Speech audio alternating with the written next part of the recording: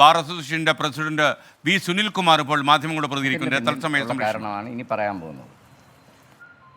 ഞങ്ങളുടെ സംഘടന ഇപ്പം 650ഓളം മെമ്പർമാരെ പ്രതിനിധീകരിക്കുന്ന സംഘടനയാണ് ഞങ്ങളുടെ സംഘടന. ഈ മേഖലയിലെ ഏറ്റവും വലിയ സംഘടന ഞങ്ങളത് തന്നെയാണ്. അപ്പോൾ ഞങ്ങളൊരു തലസ്ഥാനത്തൊരു ബിൽഡിംഗ് വാങ്ങാനായിട്ട് ഞങ്ങൾ തീരുമാനിച്ചു. അപ്പോൾ അതിനകത്ത് അത് വാങ്ങണ്ടെന്നുള്ള തിരുവനന്തപുരം നഗരത്തിൽ എറണാകുളത്തൊരു ഓഫീസ് ഉള്ളത് കൊണ്ട് തിരുവനന്തപുരത്തൊരു ഓഫീസ് വേണ്ട എന്നുള്ളൊരു അഭിപ്രായമുള്ള കുറച്ച് ആളുകളെങ്കിലും അതിനകത്തുണ്ടായിരുന്നു.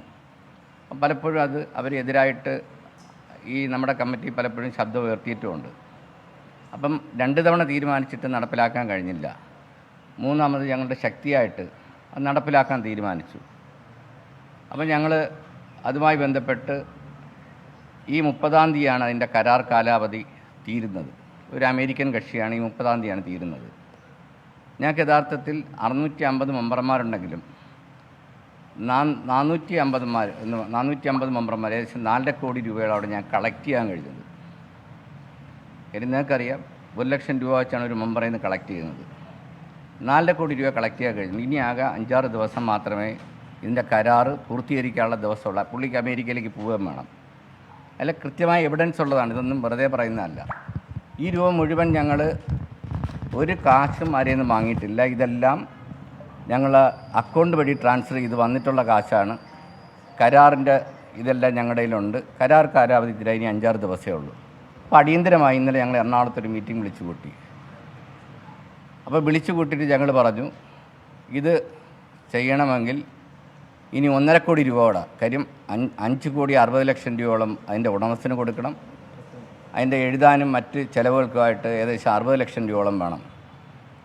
അപ്പം ഇതിൻ്റെ ബാക്കി തുക കണ്ടെത്തേണ്ടതായിട്ടുണ്ട്.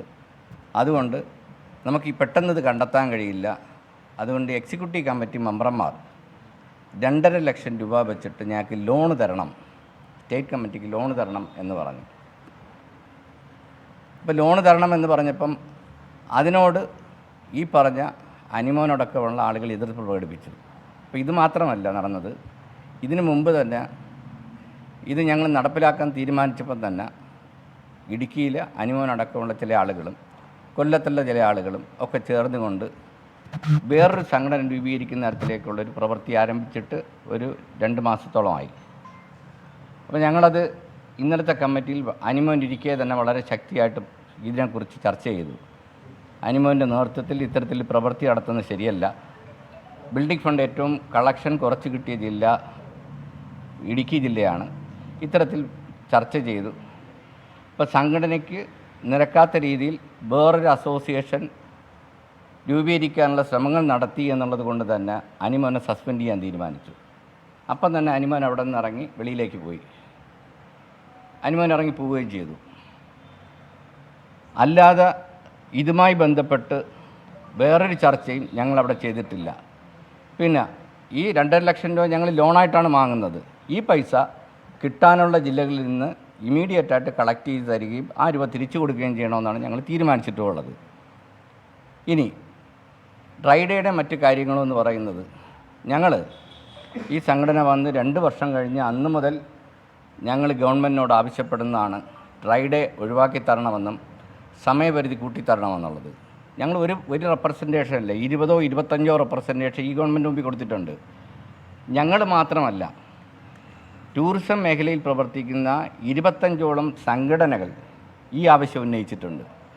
ഡ്രൈഡേ ഒഴിവാക്കണമെന്നും അതുപോലെ തന്നെ സമയം കൂട്ടിത്തരണം. കാര്യം ഇപ്പം ഞങ്ങളെ സംബന്ധിച്ച് 5 ലക്ഷം രൂപയുടെ ഫീസ് വർധനവ് നടത്തി. ഞങ്ങൾക്ക് ഗവൺമെൻറ്റിനോട് ഭയങ്കരമായ അമർഷമുണ്ട്. ഈ 5 ലക്ഷം രൂപ ഒരു ഗവൺമെൻറ്റും 5 ലക്ഷം രൂപ കൂട്ടിയിട്ടില്ല. ആദ്യമായിട്ടാണ് ഗവൺമെൻറ് 5 ലക്ഷം രൂപ കൂട്ടിയിരിക്കുന്നത്. അപ്പോൾ അതുകൊണ്ട് തന്നെ ഞങ്ങൾക്ക് ശക്തമായ ഇതിനെ ബാർ ലൈസൻസ് വർദ്ധിപ്പിച്ച് ഞങ്ങൾക്ക് ശക്തമായ അഭിപ്രായ വ്യത്യാസമുണ്ട്. അപ്പം ഞങ്ങളെ സംബന്ധിച്ച് ഈ ഡ്രൈഡേയും ഇതെല്ലാം ഒഴിവാക്കി തന്നാൽ മാത്രമേ ഞങ്ങൾക്ക് മുന്നോട്ട് പോകാൻ കഴിയുള്ളൂ. കാര്യം ഞങ്ങൾക്ക് നേരത്തെ 18% ഞങ്ങളുടെ സെയിലുണ്ടായിരുന്നത്. ആവറേജ് സെയിൽ ബിവറേജ് ഞങ്ങളോട് നോക്കി ഞങ്ങൾക്ക് 18% മാർക്കറ്റ് ഷെയർ ഉണ്ടായിരുന്നു. ഇപ്പോൾ 800 ബാർ വന്നിട്ട് ഞങ്ങൾക്ക് 12% കുറഞ്ഞു. ഇപ്പോൾ ബാർ ഹോട്ടലുകളുടെ കച്ചവടം 40% കൊണ്ട് താഴേക്ക് പോയി. ആർക്ക് വേണോ പരിശോധിക്കാം, 40% കൊണ്ട് താഴേക്ക് പോയി. അതിനോടൊപ്പം 5 ലക്ഷം കൂട്ടിയാൽ ഞങ്ങൾക്ക് അതുകൊണ്ട് തന്നെ ഗവൺമെൻറ് അറിയാം ഇത്രയും സെയിൽ കുറഞ്ഞിട്ടും ഇത് കൂട്ടിയ ശരിയായ നടപടിയെല്ലാം ഞങ്ങൾ ഗവൺമെൻറ്റിനോട് ധരിപ്പിച്ചിട്ടുണ്ട്. അതുകൊണ്ട് തന്നെ ഞങ്ങൾ പറഞ്ഞു ലൈസൻസ് ഇത് ഞങ്ങൾക്ക് സമയം കൂട്ടിത്തരണമെന്നും ഫ്രൈഡേ മാറ്റിയത് ഞങ്ങളുടെ മാത്രമല്ല, നിങ്ങൾ ഗവൺമെൻറ്റുമായി നോക്കിയാൽ അറിയാം 10 20 25 ഈ മേഖലയിൽ പ്രവർത്തിക്കുന്ന എല്ലാ സംഘടനകളും ആവശ്യപ്പെട്ടിട്ടുള്ള പ്രധാനപ്പെട്ട ആവശ്യമാണ് ഇത് ഫ്രൈഡേ മാറ്റണമെന്നും. അത് കാര്യം ഞങ്ങളുടെ വ്യവസായത്തിന് കൃത്യമായി ടൂറിസം വ്യവസായത്തിനെ ബാധിക്കുന്ന ഒരു വിഷയമാണ് ഫ്രൈഡേ എന്ന് പറയുന്നത്. അപ്പോൾ അത് മാറ്റിത്തരണമെന്ന് ഞങ്ങളുടെ ആവശ്യമാണ്. അത് ഇന്ന് തുടങ്ങിയതല്ല, 5 വർഷമായിട്ട് ആവശ്യപ്പെടുന്നതാണ്. അങ്ങനെയാണെങ്കിൽ 5 വർഷം മുമ്പ് ഇതൊക്കെ ചെയ്യാമായിരുന്നു. 5 വർഷമായിട്ട് ഞങ്ങൾ ആവശ്യപ്പെട്ടുകൊണ്ടിരിക്കുന്ന ഒരാവശ്യമാണ്.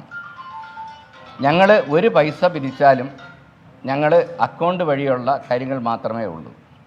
അത് എല്ലാവർക്കും അറിയാവുന്നതാണ്. ഞങ്ങൾ ഓക്കി വന്നപ്പോഴും മറ്റെന്തെല്ലാം നാട്ടിൽ എന്തെല്ലാം വിപത്തുകൾ ഉണ്ടായപ്പോഴും അപ്പോഴെല്ലാം ഞങ്ങൾ ബാറിൻ്റെ അസോസിയേഷൻ പ്രസിഡന്റ് വി സുനിൽകുമാർ തിരുവനന്തപുരത്ത് മാധ്യമങ്ങളെ കാണുന്നതിൻ്റെ തത്സമയ സംപ്രേഷണമാണ് കണ്ടത്.